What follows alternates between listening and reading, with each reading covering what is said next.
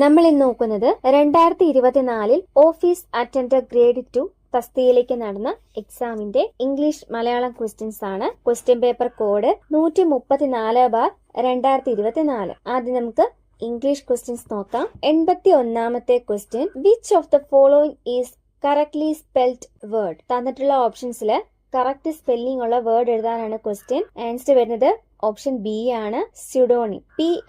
PSEUDONYM. Answer option B, pseudonym. 82ാമത്തെ question, use an appropriate article. Yesterday I bought dash yellow shirt. Yesterday I bought dash yellow shirt. Correct article ചേർക്കാനാണ്.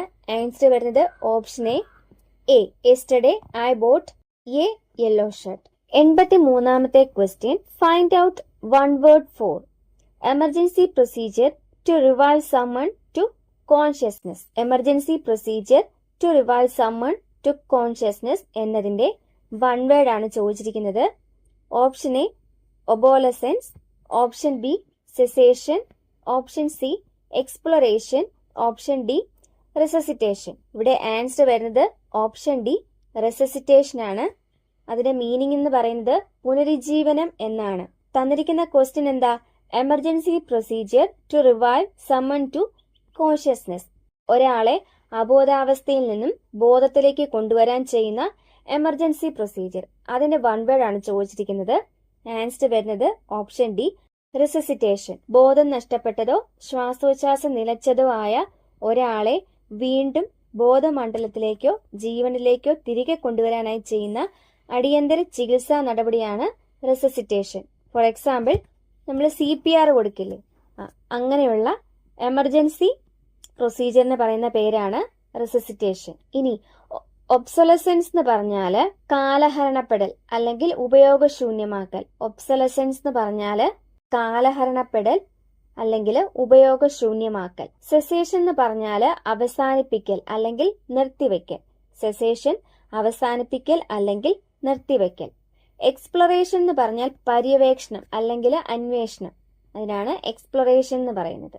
84ാമത്തെ question cancelled ആണ്. ഇനി 85ാമത്തെ question, report the following sentence. Celine said I drink a cup of coffee every morning. Report സ്പീച്ചിലോട്ട് മാറ്റാനാണ്. Celine said I drink a cup of coffee every morning. ഇതിന്റെ answer വരുന്നത് option D ആണ്. Celine said that she drinks a cup of coffee every morning. Celine said that she drinks a cup of coffee every morning. ഇനി ഈ answer നോക്കിക്കേ, നമ്മൾ simple പ്രസന്റിൽ തന്നെയാണ് പറഞ്ഞിരിക്കുന്നത്. അത് എന്തുകൊണ്ടായിരിക്കും സിമ്പിൾ പ്രസന്റ് വന്നത്? നമ്മൾ സാധാരണ റിപ്പോർട്ടർ സ്പീച്ചിലോട്ട് മാറ്റുമ്പോൾ ടെൻസ് ചേഞ്ച് ചെയ്യാറുണ്ട് അല്ലെ? സിമ്പിൾ പ്രസന്റിൽ തന്നിരിക്കുന്നത് റിപ്പോർട്ടർ സ്പീച്ചിൽ വരുമ്പോൾ സിമ്പിൾ പാസ്റ്റ് ആകും. അതുപോലെ പ്രസന്റ് പെർഫെക്റ്റ് ആണെങ്കിൽ പാസ്റ്റ് പെർഫെക്റ്റ് ആകും. പ്രസന്റ് പെർഫെക്റ്റ് കണ്ടിന്യൂസ് ആണെങ്കിൽ പാസ്റ്റ് പെർഫെക്റ്റ് കണ്ടിന്യൂസ് ആകും. ഇങ്ങനെയൊക്കെയാണ് നമ്മൾ റൂൾ പഠിച്ചിരിക്കുന്നത്. പക്ഷെ ഇവിടെ നമ്മൾ സിമ്പിൾ പ്രസന്റ് എന്നുള്ള ടെൻസ് മാറ്റിയിട്ടില്ല. അത് തന്നെയാണ് റിപ്പോർട്ടർ സ്പീച്ചിൽ ഉപയോഗിച്ചിരിക്കുന്നത്. അതെന്തുകൊണ്ടാ?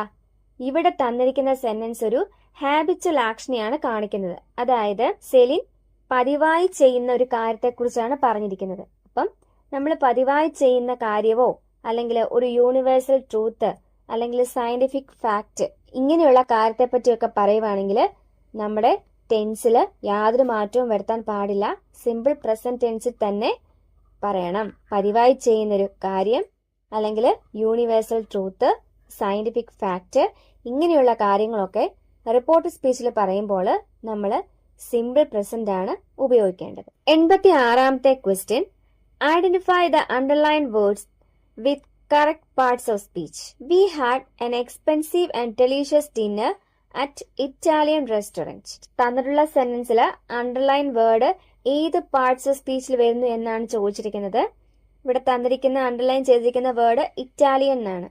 അതിന്റെ ആൻസർ വരുന്നത് ഓപ്ഷൻ എ ആണ്, അഡ്ജക്റ്റീവ്. റെസ്റ്റോറന്റ് എന്ന നൗണിനെ വിശേഷിപ്പിക്കാനായിട്ടാണ് ഇവിടെ ഇറ്റാലിയൻ എന്ന വേർഡ് ഉപയോഗിച്ചിരിക്കുന്നത്. അതുകൊണ്ട് അതൊരു അഡ്ജക്റ്റീവ് ആണ്. 87ാമത്തെ question, choose the correct question tag. None of the family members have come to the party. Correct question tag എഴുതാനാണ്. None of the family members have come to the party. Answer വരുന്നത് option C, have they. None of എന്ന് വന്നിരിക്കുന്നതുകൊണ്ട് തന്നിരിക്കുന്ന sentence negative ആണ്. അപ്പൊ tag വരുമ്പോൾ positive വരണം. The answer is option C, have they. 88ാമത്തെ question, complete the following sentence using a suitable phrasal verb meaning postpone. Postpone എന്ന meaning വരുന്ന correct phrasal verb ചേർത്ത് സെന്റൻസ് കംപ്ലീറ്റ് ചെയ്യാനാണ് ചോദിച്ചിരിക്കുന്നത്. The committee voted to dash the proposal for further consideration. The committee voted to dash the proposal for further consideration. Option A stand out, option B stand at, option C stand up for, option D stand over. തന്നിരിക്കുന്ന ഓപ്ഷൻസിൽ postpone എന്ന meaning വരുന്ന phrasal verb option D ആണ്, stand over. The committee voted to stand over the proposal for further consideration. ഇനി stand out എന്ന് പറഞ്ഞാല് വേറിട്ട് നിൽക്കുക അല്ലെങ്കിൽ എളുപ്പത്തിൽ ശ്രദ്ധിക്കപ്പെടുക. സ്റ്റാൻഡ് ഔട്ട് എന്ന് പറഞ്ഞാല് വേറിട്ട് നിൽക്കുക അല്ലെങ്കിൽ എളുപ്പത്തിൽ ശ്രദ്ധിക്കപ്പെടുക. സ്റ്റാൻഡ് അറ്റ് എന്ന് പറഞ്ഞാല് ഒരു പ്രത്യേക സംഖ്യയിലോ നിലയിലോ എത്തി നിൽക്കുക. ഒരു പ്രത്യേക സംഖ്യയിലോ നിലയിലോ എത്തി നിൽക്കുന്നതിനാണ് സ്റ്റാൻഡ് അറ്റ് എന്ന് പറയുന്നത്. സ്റ്റാൻഡ് അപ്പ് ഫോർ എന്ന് പറഞ്ഞാൽ പിന്തുണയ്ക്കുക അല്ലെങ്കിൽ വാദിക്കുക. സ്റ്റാൻഡ് അപ്പ് ഫോർ പിന്തുണയ്ക്കുക അല്ലെങ്കിൽ വാദിക്കുക. 89ാമത്തെ question, find out the meaning of the idiom underlined. She refuse to be led by the nose. തന്നിരിക്കുന്ന സെന്റൻസിൽ അണ്ടർലൈൻ ചെയ്തിരിക്കുന്ന ഇഡിയത്തിന്റെ മീനിങ് എന്താണെന്നാണ് ചോദിച്ചിരിക്കുന്നത്. She refuse to be led by the nose. To be led by the nose എന്നതാണ് underline ചെയ്തിരിക്കുന്നത്. അതിന്റെ answer വരുന്നത് ഓപ്ഷൻ ബി ആണ്, ടു ബി സബ്മിസീവ്. അതിന്റെ മീനിങ് വരുന്നത് മറ്റൊരാൾ പറയുന്നത് കണ്ണുമടച്ചനുസരിക്കുക അല്ലെങ്കിൽ മറ്റൊരാളുടെ നിയന്ത്രണത്തിന് വിധേയമാവുക എന്നാണ് അർത്ഥം. അപ്പം ഇവിടെ തന്നിരിക്കുന്ന സെന്റൻസിന്റെ മീനിങ് ഇങ്ങനെ വരും: മറ്റുള്ളവരുടെ പൂർണ്ണ നിയന്ത്രണത്തിൽ വിധേയയായി ജീവിക്കാൻ അവൾ വിസമ്മതിച്ചു. Apt to be led by the nose എന്ന ഇഡിയത്തിന്റെ മീനിങ് ആണ് option B, to be submissive. ഇനി ടു ബി അസർട്ടീവ് എന്ന് പറഞ്ഞാല് ആത്മവിശ്വാസത്തോടെ നിലപാടുകൾ വ്യക്തമാക്കുക. ടു ബി അസർട്ടീവ് എന്ന് പറഞ്ഞാല് ആത്മവിശ്വാസത്തോടെ നിലപാടുകൾ വ്യക്തമാക്കുക. ടു ബി ഡിഫിയന്റ് എന്ന് പറഞ്ഞാല് എതിർത്ത് നിൽക്കുക അല്ലെങ്കിൽ ധിക്കരിക്കുക. ടു ബി ഡിഫിയന്റ് എതിർത്ത് നിൽക്കുക അല്ലെങ്കിൽ ധിക്കരിക്കുക. ടു ബി ഒബ്സ്റ്റിനേറ്റ് എന്ന് പറഞ്ഞാല് പിടിവാശി കാണിക്കുക. ടു ബി ഒബ്സ്റ്റിനേറ്റ് പിടിവാശി കാണിക്കുക. 90ാമത്തെ question, which of the following words is opposite to the word petrified. Petrified എന്ന വേർഡിന്റെ ഓപ്പോസിറ്റ് ആണ് ചോദിച്ചിരിക്കുന്നത്. Option A apprehensive, option B august, option C brave, option D nervous. Petrified എന്ന് പറഞ്ഞാല് പേടിച്ചരണ്ട എന്നാണ് അർത്ഥം. പെട്രിഫൈഡ് പേടിച്ചരണ്ട.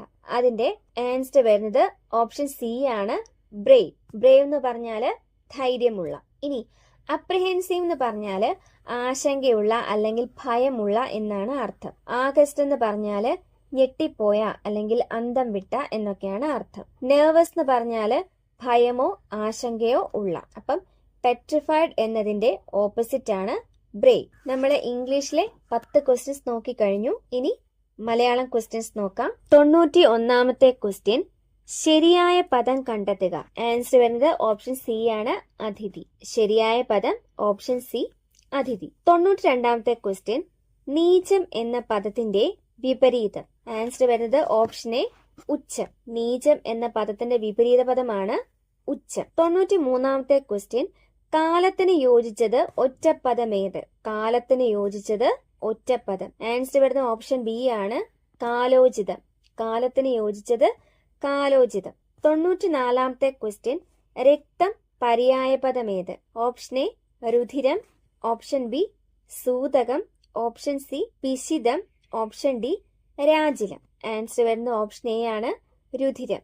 രക്തത്തിന്റെ പര്യായപദമാണ് രുധിരം. ഇനി സൂതകം എന്ന് പറഞ്ഞാല് ജനനം മൂലമോ മരണം മൂലമോ ഉണ്ടാവുന്ന അശുദ്ധി, അതാണ് സൂതകം. ഇനി പിശിതം എന്ന് പറഞ്ഞാല് മാംസം. രാജിലം എന്ന് പറഞ്ഞാല് ഒരു തരം പാമ്പ്. 95ാമത്തെ ക്വസ്റ്റ്യൻ, എള്ള് കീറുക എന്ന ശൈലിയുടെ അർത്ഥം എന്ത്?